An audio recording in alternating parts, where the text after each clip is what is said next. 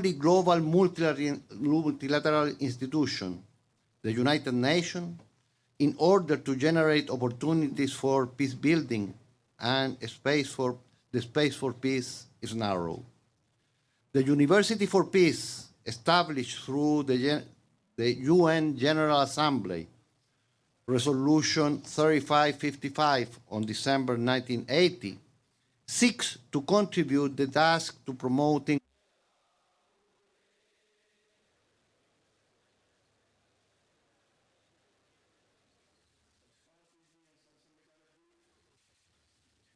global catastrophe.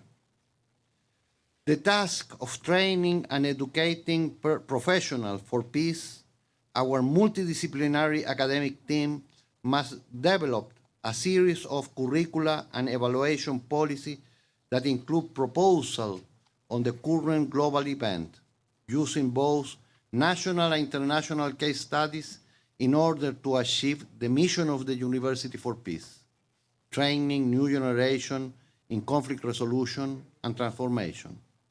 Simultaneously, we are developing preventive action that favor opportunities for negotiation and mediation.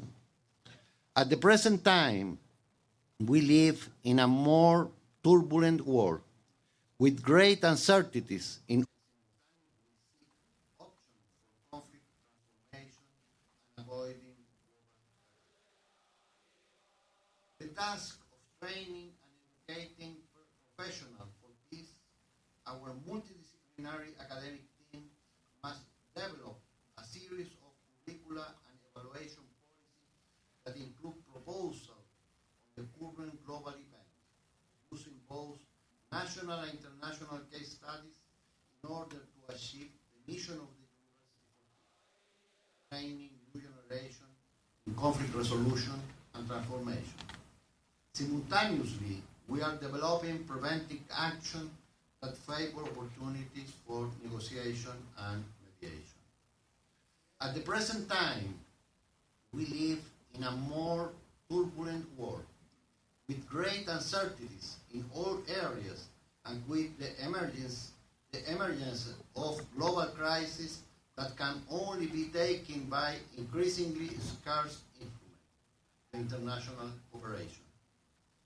Coming together to defend global public good such as peace demonstrate the significant challenge on a daily basis. Likewise, setbacks are evident in the most diverse areas, which increase the difficulty for agreement and increase the lack of political will to develop effective international cooperation actions. These obstacles are manifested in the global and regional multilateralism, in nuclear disarmament, in the limitation and disarmament of conventional weapons, and advance with regard to the threat, use, and the use of force. There are currently less war, but more violence and crisis. We hope peace prevails. We hope peace prevails, particularly with regard of the current conflict in the Indian subcontinent and other parts of the world. The efforts of different countries, international organizations, and members of the civil society are crucial. Dialogue and development of confidence building and security measures generate more space for conflict resolution and increase the probability of foreign sustainable peace. Global threats have increased. Risks to the humanity are greater due to the absence of effective action to face traditional threats, the resurgence of the nuclear tensions, and the emergence of the new dangers.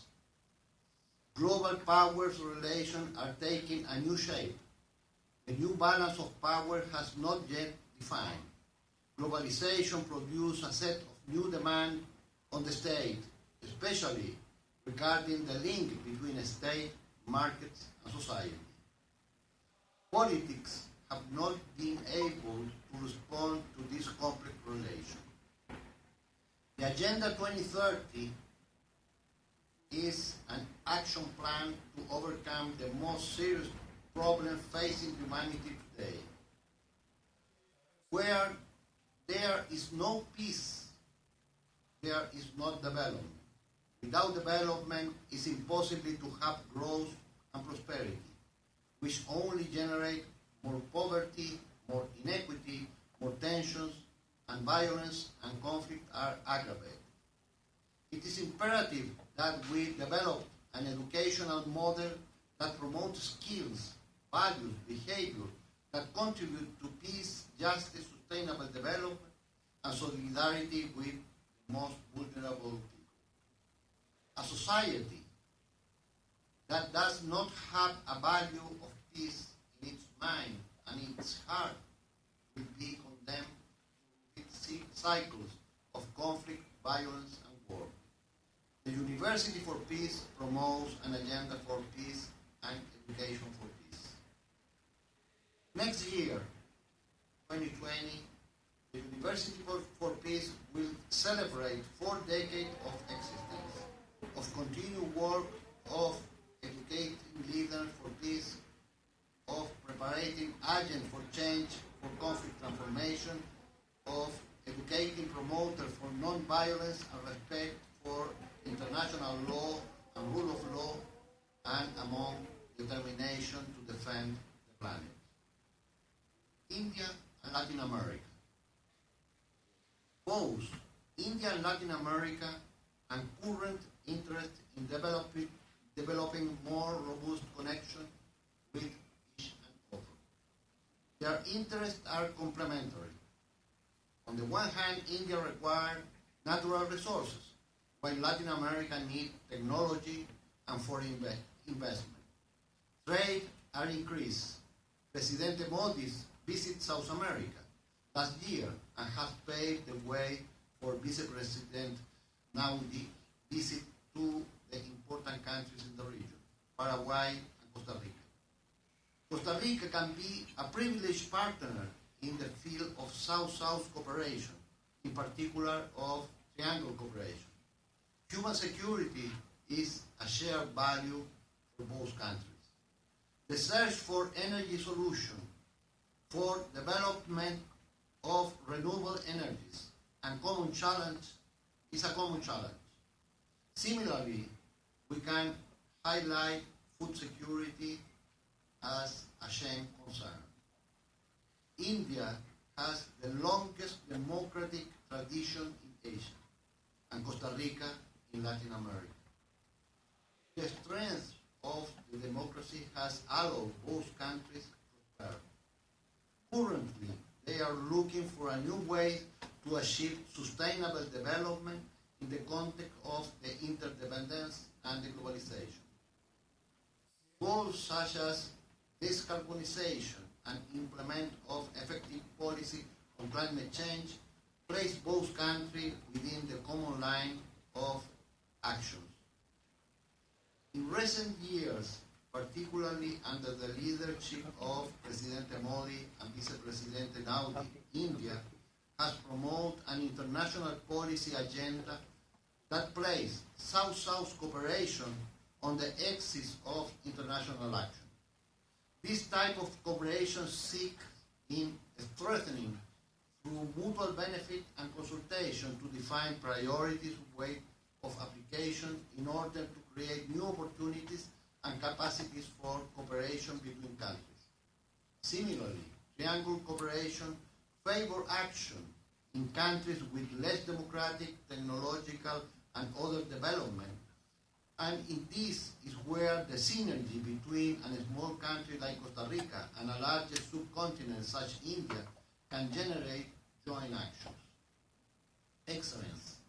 Now, in the context of the South-South cooperation and India cooperation with the world, from the standpoint of the University for Peace, we estimate that the creation of a scholarship program from India, Jews and or those Indian descendants currently living in the Caribbean and in other countries became significant instruments for global cooperation, peace, and sustainable development. Similarly, Similarly, the creation of the Gandhi chair in the UPs will be a noble became a point of reflection of culture of peace, non-violence, and will promote better conditions for conflict resolution, transformation in different levels. Also, we could organize a yearly seminar referred to this. We are honored, sir, to give the doctoral degree for your task, your work on the rule of law, the sustainable peace, and the democracy in your country. We think this honorary degree contributes in a more global view of democracy. And I like to finish to remember Mahatma Gandhi on words. The future depends on what we do in the present. For that reason, we say, if we want peace, we must work for peace. Thank you, sir.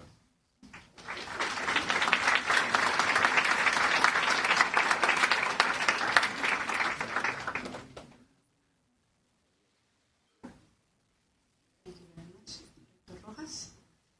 In honor of the visit of the Honorable Venkaiah Naidu, we will now be taking a few moments to listen to one of Mahatma Gandhi's favorite songs, interpreted by a Costa Rican artist.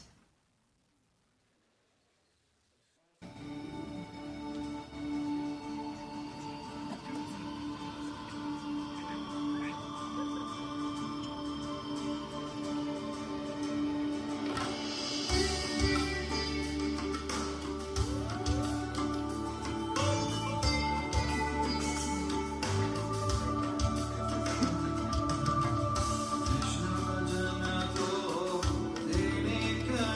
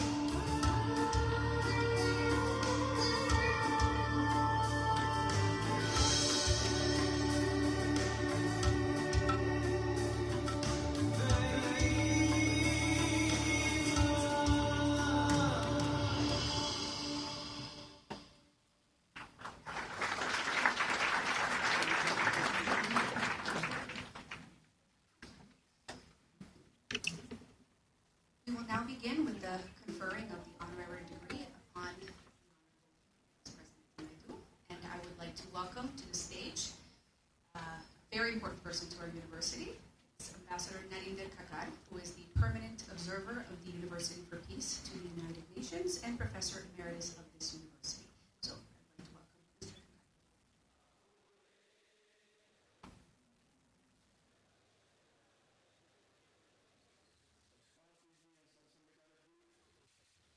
Good morning.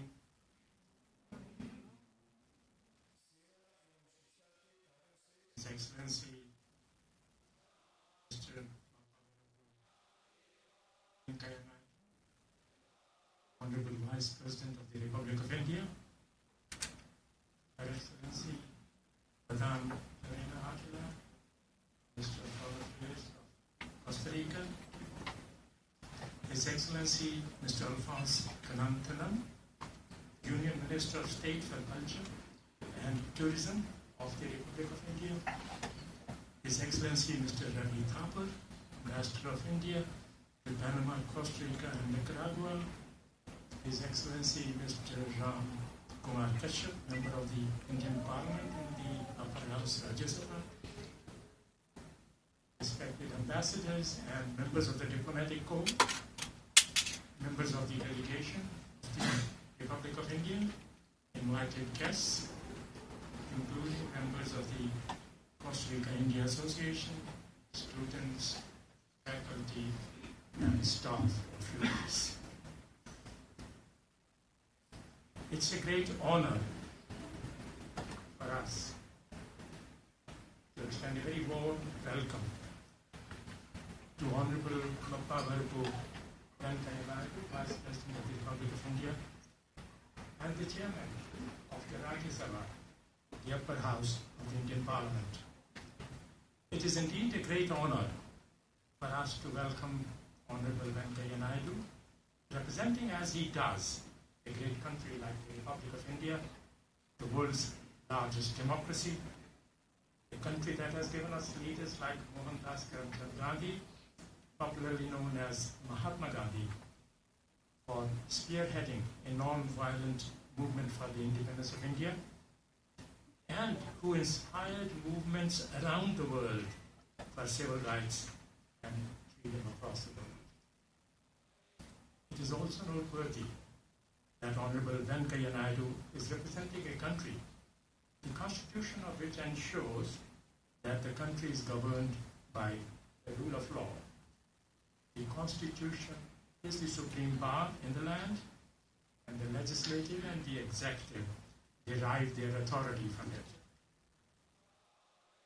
Honorable Venkaiah Naidu has had an illustrious career in public service and in pursuing social causes related to the welfare of the people. Both as a student leader and a political figure, Honorable Naidu vigorously championed the cause of the farmers and the development of his political activism for social causes propelled him to be elected as a member of the Legislative Assembly of the State of Andhra Pradesh in 1978 and 1983.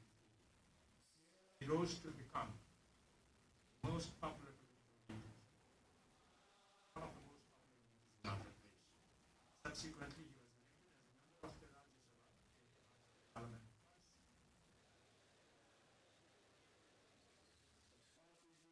Honorable Venkaiah Naidu became the Union Cabinet Minister for Rural Development in 2000 and served until June 2002. During his tenure, he aggressively pursued the introduction of reforms for rural development and for the many schemes introduced during this period, such as the Pradhan Mantri Gram Sadak Yojana, that is Prime Minister's plan for providing access to economic and social services to rural areas by providing connectivity to roads.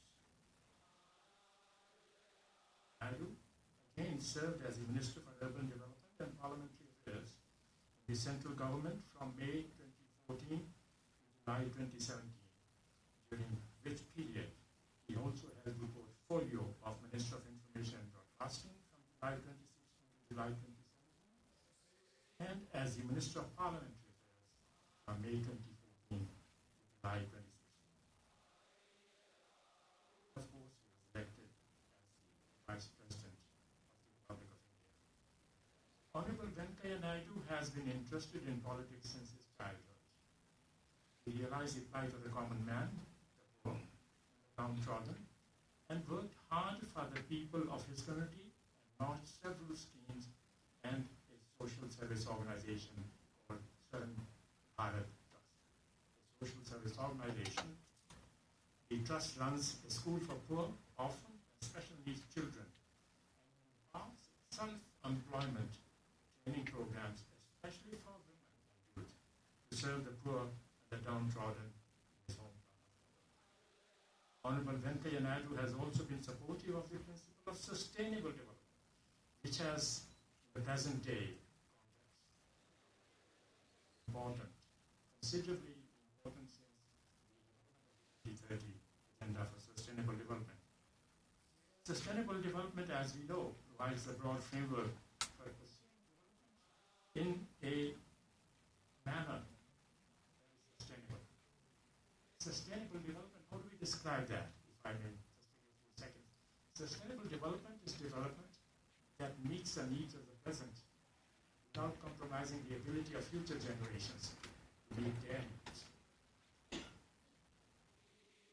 Just last week, actually, while inaugurating the World Sustainable Development Summit at the Energy Research Institute in New Delhi, Honorable Venkaiah Naidu elaborated on the many facets of sustainable development, like inclusive development, inclusive from different angles, sustainable mobility and urbanization, energy security, waste management, and green revolution. The focus on women's empowerment was special. We need nature and culture for a better future, he emphasized. Vice President Venkaiah Naidu also has been concerned about discrimination on the basis of caste, religion, gender in certain parts of the country, and urged the younger generation to work towards the eradication of such social evils. He has emphasized that equity be safeguarded and promoted in higher education, besides ensuring inclusion of women, minorities, and differently abled persons, providing them a barrier-free higher education environment. He said education was not only for employment, but for enhancement of knowledge and empowerment. Education should aim at the holistic development of all faculties. Education should aim at the holistic development of all faculties, head, hand, and heart. It should provide the knowledge, skills, and attitude required. Highlighting the importance of research and development, Honorable Naidu said, we should strive to create an enabling atmosphere in higher education to promote research and innovations. Education would flourish only when all those with a stake in its success work together.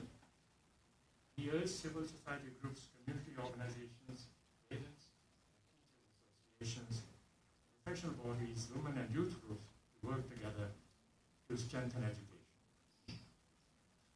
By 2004, we had set up hundreds of thousands of women's self-help groups.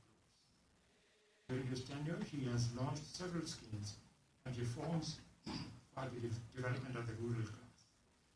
Pradhan Mantri Gram Sadak Yojana that I mentioned a little while ago was one such scheme in which he also tried to involve multinational companies in rural development. Honorable Venkaiah Naidu's accomplishments are so numerous that it will take hours to recount them. Nevertheless, recognizing his services to social causes, especially in the service of the common man and woman, and his contribution to the strengthening of democracy in India,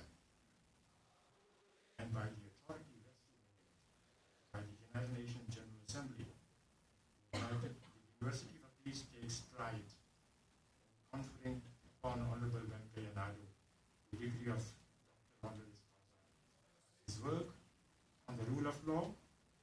democracy and sustainable development, and upliftment of the deprived.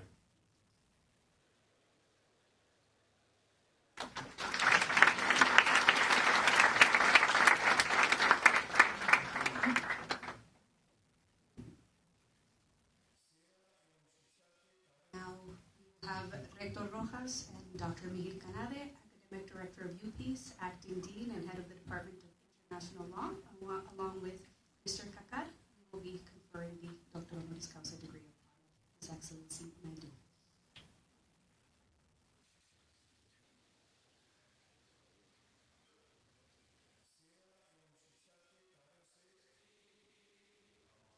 Subhash बैठ जाइए। सुभाष बैठ जाना, बैठ जाइए सब।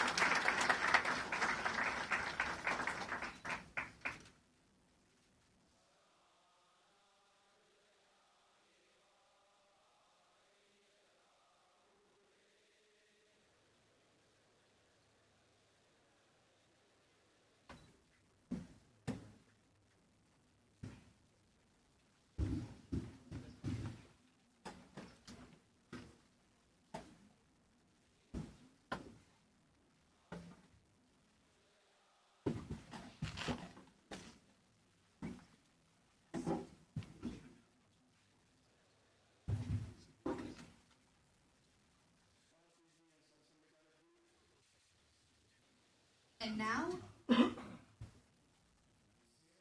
now we are honored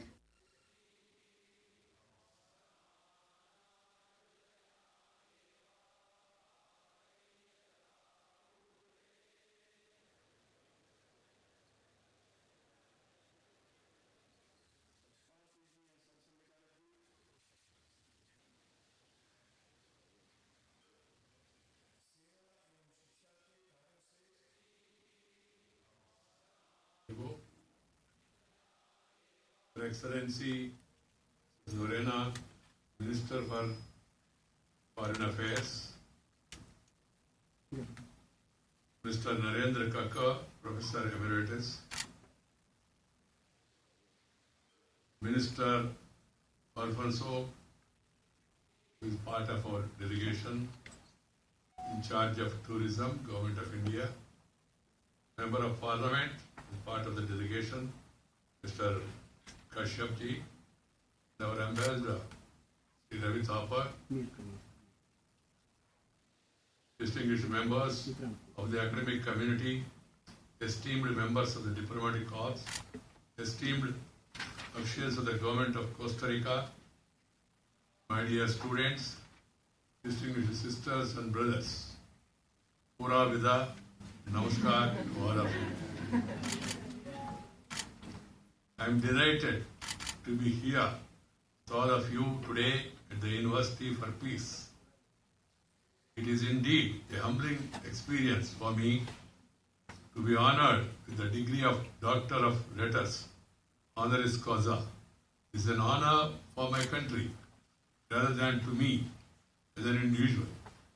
It's an honor you are bestowing to a country, a civilization, and a culture that has been ardent and consistent champion of peace since time immemorial. It is a country that demonstrated to the world the power of non-violence. I am proud to belong to a country that produced Mahatma Gandhi ji, a rare professors whose ideas on peace and non-violence have seen a source of inspiration for over a century to different leaders in different parts of the world. I am privileged to receive this honor when the world is commemorating the 150th birth anniversary of Mahatma Gandhi, the extraordinary apostle of peace who has been enshrined in your beautiful campus within the Peace Garden. I am indeed grateful to the university for peace, for thinking of me and my country for this unique honor. To me, it's a recognition of the continuing relevance of India, thought and vision in addressing contemporary challenges to world peace. My dear sisters and brothers, I am the Vice President. Being a Vice President, I am also Chancellor of some of the universities, prestigious University of India. And also, being in public life for more than 40 years, number of other institutions and universities have offered to confer the Honorary Doctorate to me. But I politely refuse, saying that I don't like such titles to be given to me as long as I am still active in public life. But this honor, which the university is bestowing to me, I have accepted it without any hesitation. The reason being, this is a university set up by the United Nations. And secondly, the award is for promoting peace, strengthening democracy, and also empowering the underprivileged people. This is what we are doing in India. This is a subject which is very dear to my heart, and I feel by accepting this honor, it will send a positive signal to my countrymen to follow the work which we have been doing with much more vigor. That's the reason for my accepting this and then coming over here to this university. The history of humankind is fascinating, saga of endless quest for peace. This quest progresses against the backdrop of a ceaseless conflict between the forces of war and forces of peace, between destructive forces of hatred and healing forces of love and development, between fanatical war cries of religious bigotry and the soothing forces of tolerance and inclusion, between the megalomaniac designs of despotic rulers and the caring, empathetic forces promoting the welfare and well-being of all. The world today needs a vision that will rally most countries behind the forces of peace. The isolationist, fragmented, blinkered, and divisive world view needs a radical transformation if peace has to have a chance. Against this backdrop, your honor, which I am receiving today, is an honor to a timeless vision that is relevant to the contemporary world more than ever before. It is an occasion to recollect what India, the founding member of this university, has to offer to further the objectives of this university and to build a culture of peace around the world.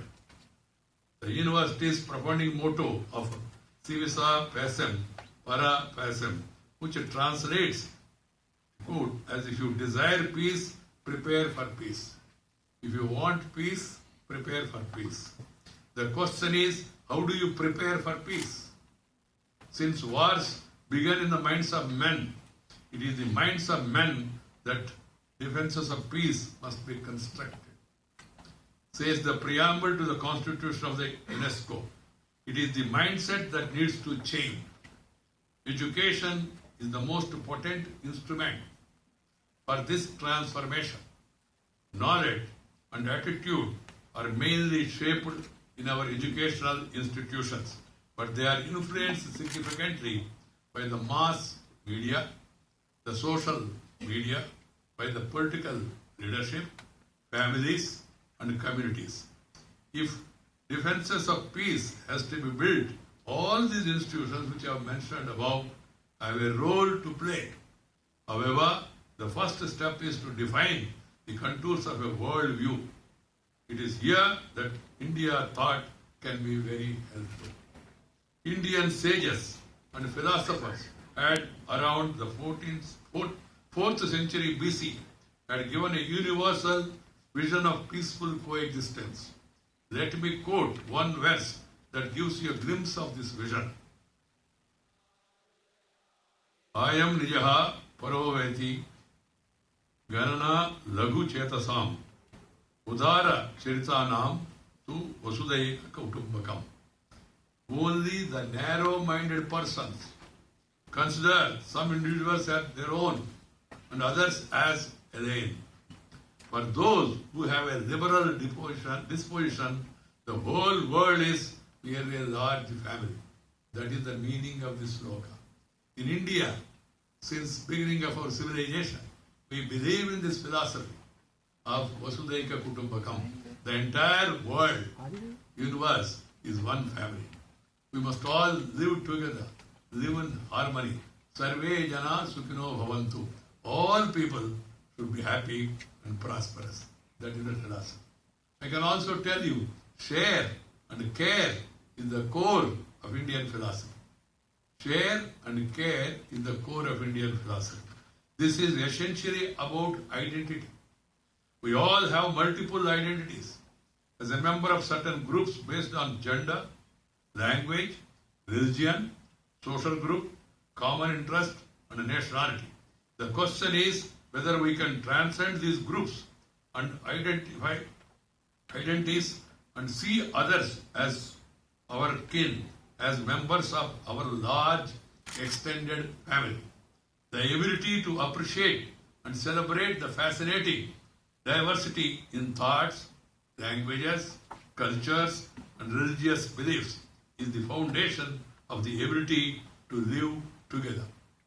Peace begins with our search for the common bonds that unite us rather than when we look for and accentuate the differences. The second useful thought process is the ability to see divinity in every human being. One of the ancient Indian philosophic texts, Ishavasya Upanishad, says, quote, every living being in this universe has the same divinity within it.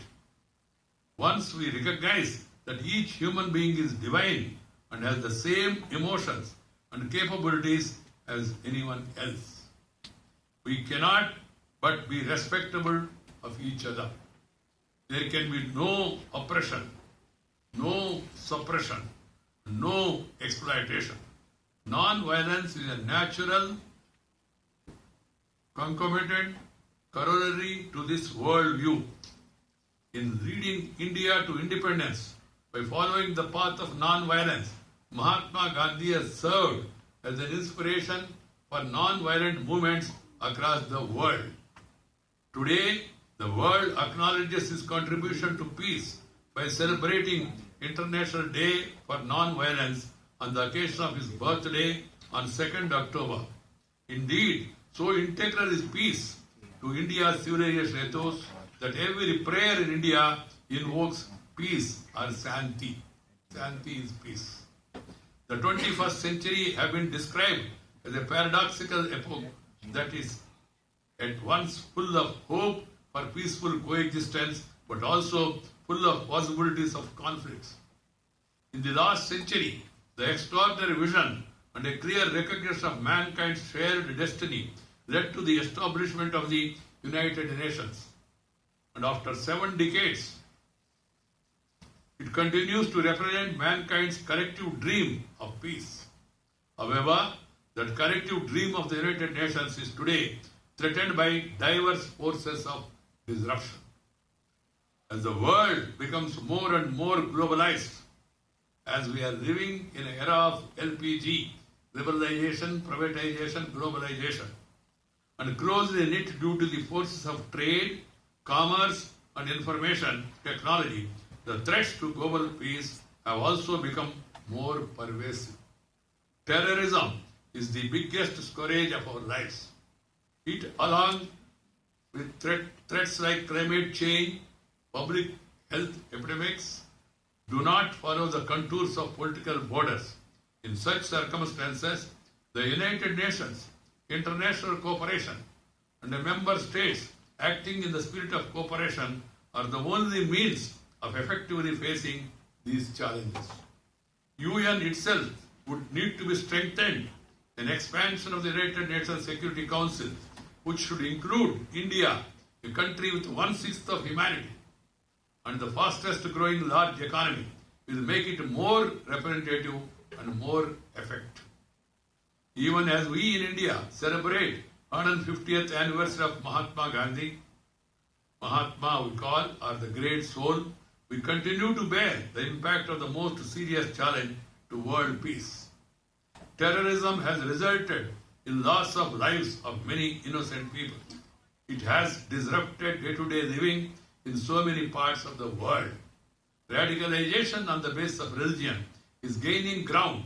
Indeed, terrorism is actually a struggle between the values of humanism and acts of inhumanity and madness.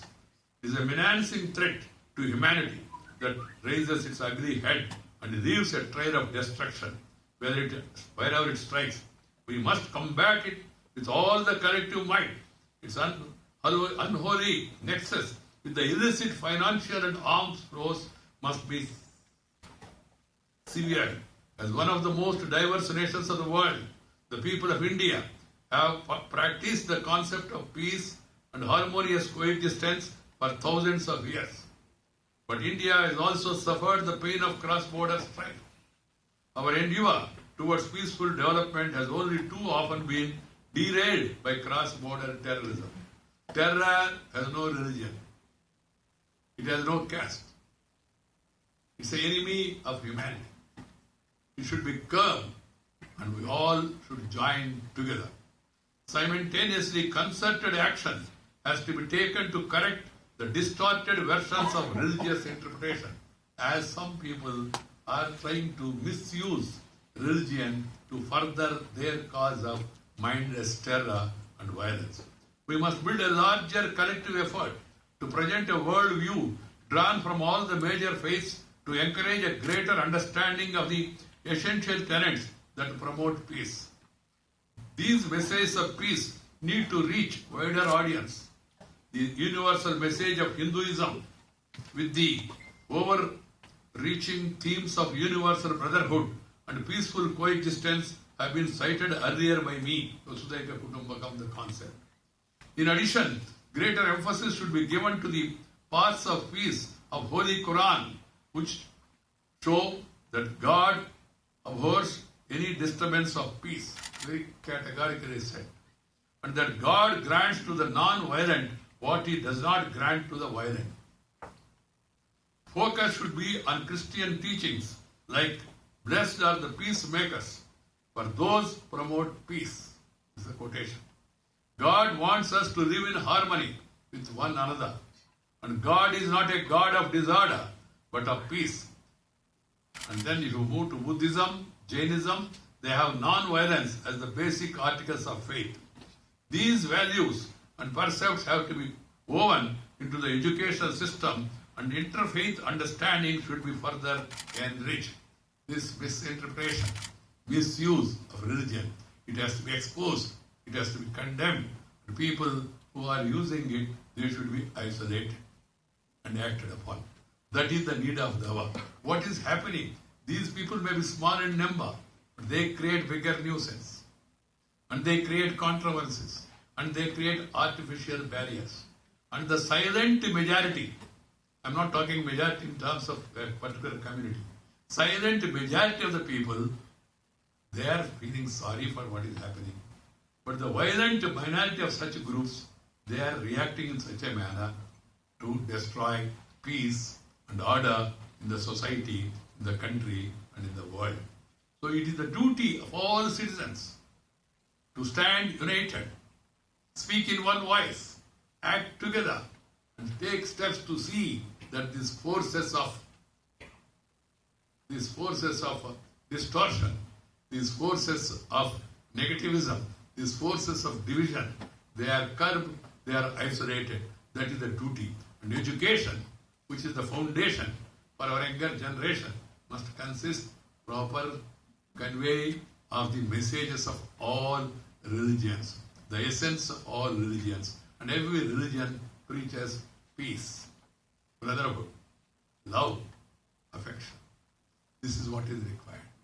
And the culture of the world, of the humanity, including Indian culture, culture is a way of life. Religion is a way of worship. The way of life, we should all focus on that. That is taking care of others, thinking about others, expressing concern and acting for the welfare of others. That is the need of the hour. These values and perceptions has to be woven into education system, and interfaith understanding should be further enriched. Another challenge to world peace is that of climate change. Here again, the Indian world view had adopted an integrated perspective, clearly establishing the interrelatedness of humankind and nature. As the Vedic sages have said, I quote, "May there be peace everywhere, in the sky, in space, all over our planet, in nature, may there be eternal peace." I am happy to note that there are some beautiful lines in Costa Rica's national anthem that celebrate nature. Quote, "Under the clear blue of your sky, white and pure rests peace." It is this reverence for nature that must be brought back to our global culture and consciousness. That's why wherever I go, I am saying love and live with the nature. Nature, culture, together for a better future. If you are able to live and love the nature and protect the nature will protect. This is the history. This is the experience. This is the civilization. We should all, world over, all generations, all countries, youngsters should focus on this philosophy, taking care of the nature so that the nature can take care of you. No country is spared the effect of extreme climatic events, and no government can ignore the consequence of its destabilizing effects. A particularly painful feature of climate change is that it tends to impact the vulnerable population the most. Mitigating the effects of climate change remains one of the most pressing challenges to peace and human security of our times, through causing water and food stress on the planet. It is therefore pertinent that the University of Peace has its campus in Costa Rica, a country that is at the forefront of leading these initiatives. I am very happy. Earlier I used to read about Costa Rica. I evinced a lot of interest. And here, coming here, seeing this beautiful country, meeting beautiful people, maybe small in size, but large in heart, of concern for all, and not having an army, is an indication the world, one day or other, should follow this example if you really want to have peace. When you have no desire to attack others, when you don't want to conquer anybody, when you don't want to hate anybody, where is the need for these forces? But it's not that much easy, I am aware of it, because of the challenges that are there. So for that, you need to create a proper climate, change the mindset of the people, and make people to see it is not only prosperity that is required, it is not the material progress that is required, it is also equally important that you have happiness. Prosperity alone will not bring you happiness, calmness of mind. So you must focus. The world agenda must be peace for progress. There cannot be progress without peace. If there is tension, there cannot be attention towards development. It's a simple thing.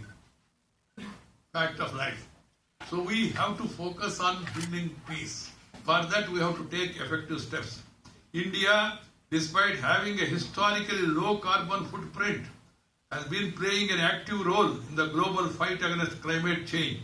In our multifaceted approach to address climate change, we have taken several new initiatives with the motto of one world, one sun and one grid. India's Prime Minister, Shri Narendra Bhai Modi, has launched in collaboration with the French government the International Solar Alliance, ISA, which is partnership of 120 like-minded countries, aims to mobilize investments of US $1 trillion for installing 1,000 gigawatt solar plants worldwide by 2030. Inequalities and exclusion are major causes of conflict. Another major cause is inequality, growing inequality. And also the exclusion, excluding certain people from the development. So these are the two areas. Environment, sustained in an environment where certain groups are marginalized or exploited. The 2030 Agenda for Sustainable Development underscores this aspect and aims to leave no one behind. Do not leave anybody behind. Take them along. India has embarked on a number of programs that have same inclusive approach called as Sabka Saath, Sabka Vikas. That is, assistance to all and development of all. All countries in the world should adopt similar inclusive approaches to development which will avoid discontent and conflict. Good governance with high level of accountability and transparency can also create a favorable, peaceful environment. India is undertaking ambitious actions for the social and economic development and poverty eradication. The rapid growth made by India in its developmental agenda has contributed to moving forward on the sustainable development goals. I am also glad that I am speaking to you on the occasion of International Women's Day.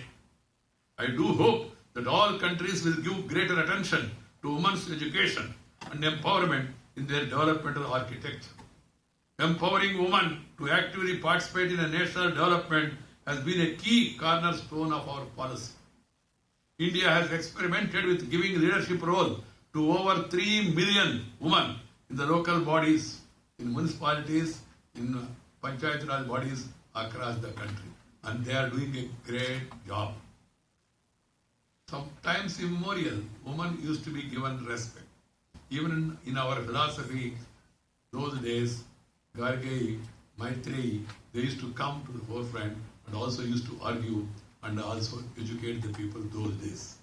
These differences of thinking that women are not fit, they should only confine to house, it has no philosophical back. It has come in between, it should go in between. 50% of the women, they constitute 50%. So you must really empower them. For that, the first thing is education. Educate a woman, you are educating a family. Educate a man, you are educating a person. So taking this, the entire world should focus more on women's education. And also, the key ingredients of good governance are meaningful dialogue with the people and their active participation. This is also the essence of democracy, where the voice of people finds the best articulation. India has a long history of grassroots level village organizations called as Sabhas, Sanghas and Samitis. These are forums of grassroots level democracy from the Vedic days. Strengthening these forums of discussion, debate and incorporation of the voice of the people in policy making creates a favorable environment for peace to thrive. In democracy, you select and elect people. And these people should discuss, debate and decide. They should not disrupt. The best way in democracy is that everyone have their voice and then finally the majority of the parliament decides. That's why in my country also, when there are disturbances, once in a way, I tell them, come to the house prepared. Let the government propose. Let the opposition oppose. Let the house dispose by majority. That is the essence of democracy. There is no other method than democracy to provide governance to the people. That has been tested. Enforcing the rule of law, creating speedy, objective systems of judicial redressal can enhance public satisfaction and reduce conflicts. Credible elections can reinforce the faith of the public at large in democratic institutions and convince them that the ballot is more powerful than bullet. You can unseat any powerful ruler.